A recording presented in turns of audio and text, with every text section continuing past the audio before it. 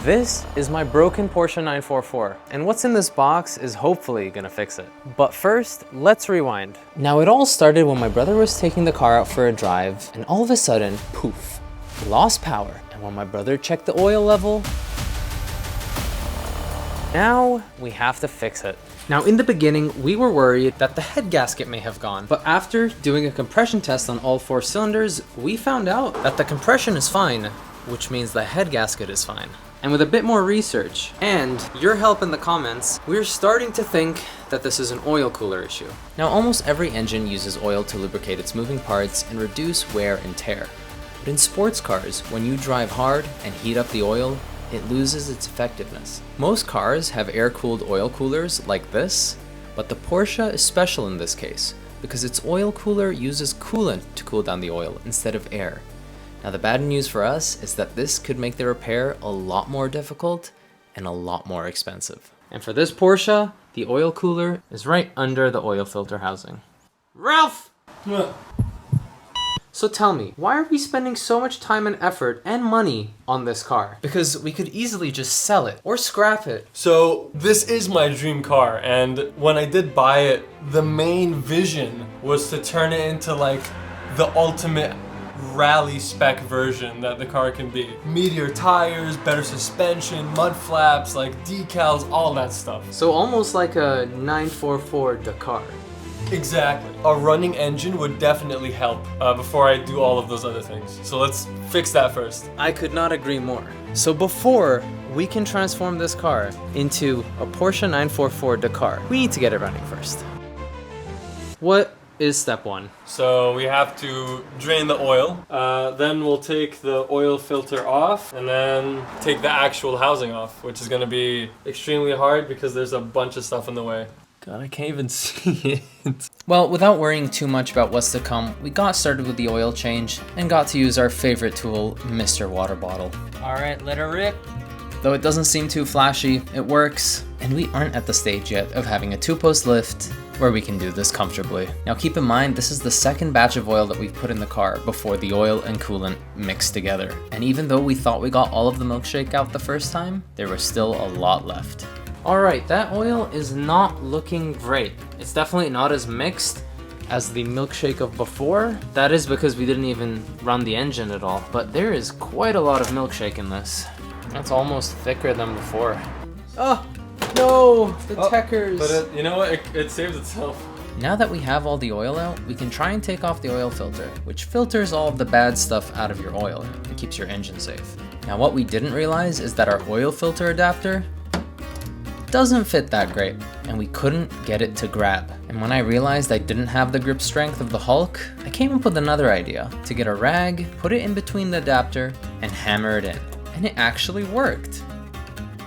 But a little bit too well. Oh my god, dude. Oh god. God, that is grody. Full fat dairy diet right here. And that oil filter housing is the top of the oil cooler that we need to remove. This paints a much better picture of the oil cooler. So this right here is the oil filter housing where we just disconnected the oil filter. This bad boy is the oil cooler, and you can see there are 1, 2, and then 2 more bolts at the top. So 4 bolts total, but they are in really hard to reach spots. So that is the challenge with the oil cooler. Now, one thing we knew for sure had to come out was the heat shield, protecting the oil cooler from the exhaust manifold. And when we got it out, we were able to see how bad of a state the heat shield was in. But we got curious to see if it was still savable. It's definitely savable. Oh, look at my Yeah. yucky. Vinegar? Like, I'll put it in vinegar and then I'll primer like zinc on it. It'll look good. Good idea. All right, let's teleport to tomorrow because we're missing some tools. I feel like it looks kind of angry. It's kind of angry because they're fiddling with its guts. Boom, just like that, it's the next day and we got the tools that we needed. First things first was some brake cleaner because the underside of this car is filthy. We also got a little adapter so that we can use our torque wrench to torque everything down. And finally, we have our 24mm thin wrench, which we need to get the pressure sender off. Oh god, I have to use that. Alright, finally we got some brake clean, so we're gonna test it on the oil pan to see if it gets rid of some of the things. Oh my god. I don't know why I thought it was going to be a lot better. Is it bad to spray brake clean right next to this heater? We're fine. So what you see here is us removing the oil pressure sender. And what that is just a gauge that converts pressure into voltage and then sends that voltage to the gauge on your dash and tells you what your oil pressure is. Old cars just work so nice because I know on the Golf, it's probably a 10-step procedure. So do you think that's under seal or dirt? Let me know in the comments below. Is this under seal or is this dirt? The entire bottom of the car is covered in this. That milkshake on your sway bar, dude. All right, so we just got out the oil pressure sensor and now we're getting out the oil pressure release valve. It's pretty interesting to note what's coming out of the oil cooler is fresh milkshake. This doesn't look like it's been mixed in with the oil that we added, which makes sense because we didn't run the car, but this might corroborate what we're thinking, that the oil cooler is the culprit. Pretty tight. Ow, my eye.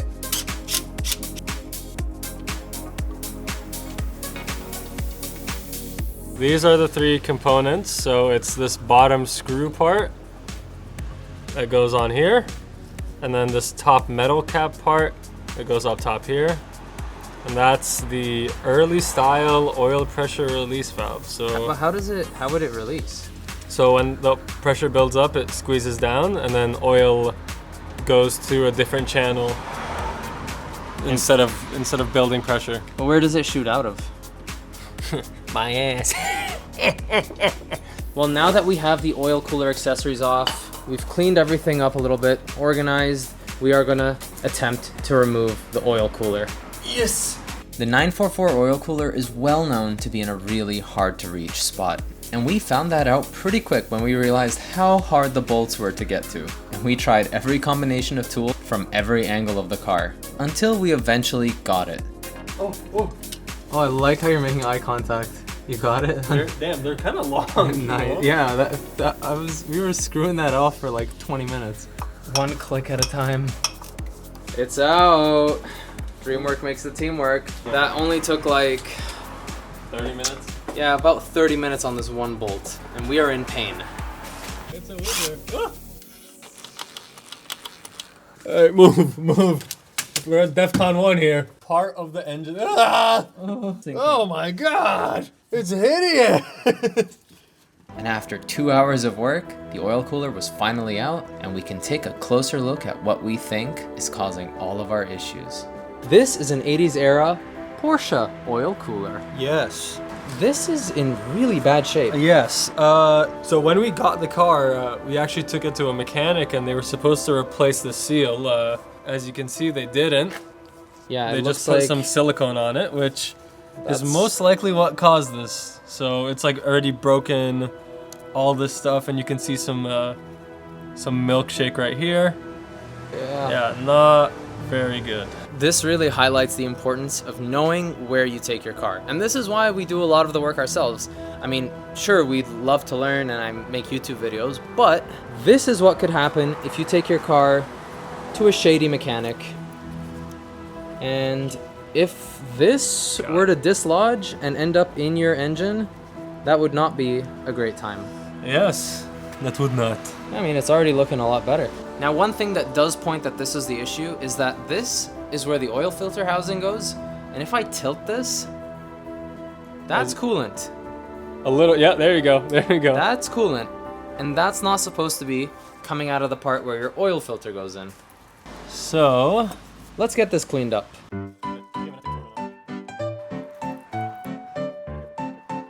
Oil runs into this heat exchanger, and the outside of this heat exchanger is surrounded by coolant. Our theory is that at this O-ring, which is the part that feeds directly into the oil filter, coolant is getting through. And that checks out because when we tipped over that oil cooler, coolant was leaking out of the oil filter housing. We have a brand new seal kit for the oil cooler, and even just the first thing out of the box is this gasket, which is completely missing. it looks the same. So we are gonna continue to get this thing cleaned up so that we can get ready to get the new gaskets on.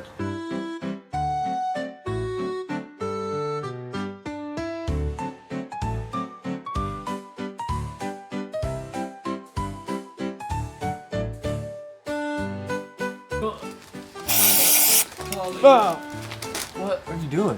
What are you doing? Is it a bird? Yep. Good job, bro. I got brake cleaner right in the eye. And the oil cooler is now as clean as it's gonna get. All right, now that the housing is clean and we're happy with it, we need to check the heat exchanger. Now, this thing looks like it's in good shape, but it could have some internal damage, and that's where coolant could be getting into this thing.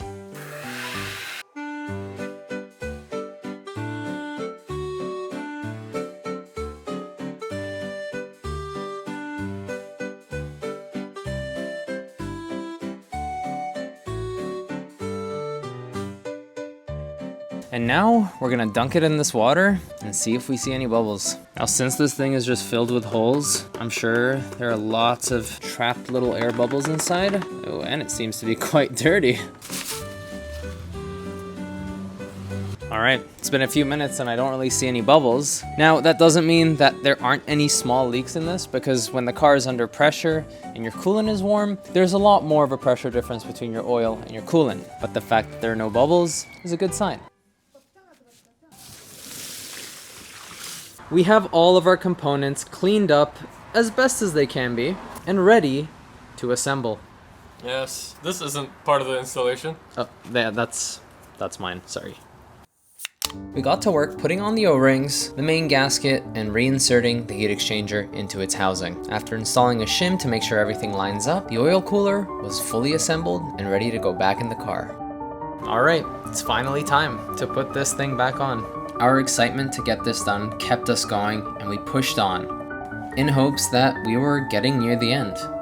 But as soon as we inserted the alignment tool and tightened the remaining bolts down, we had another problem. Now, we have been trying to get this oil cooler on for the better part of half an hour, and as everything starts to get a bit tighter, our alignment tool is not budging, which is not a good sign.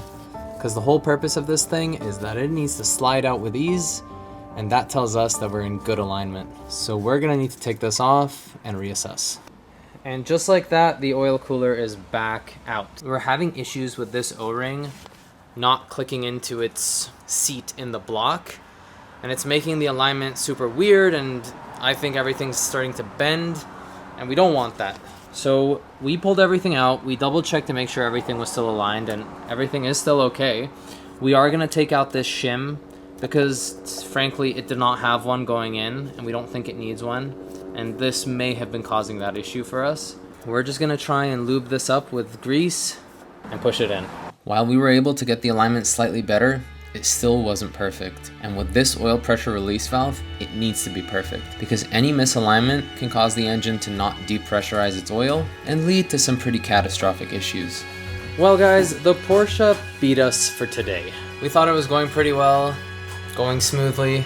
The truth is, we've been trying to tighten 4 bolts for the last 3 hours. Something is not going right. It has something to do with the alignment of the oil cooler, and because this alignment pin is not going smoothly in and out, that means that our oil pressure release valve will not work properly and the engine will explode. Doesn't feel great, but it's a lesson that we need to learn. Failure happens, you just have to think positively, keep the positive vibes going, and things will work out. Since it's late and it's dark, we're gonna end it here. So you guys will see the Porsche running in the next video. Take care.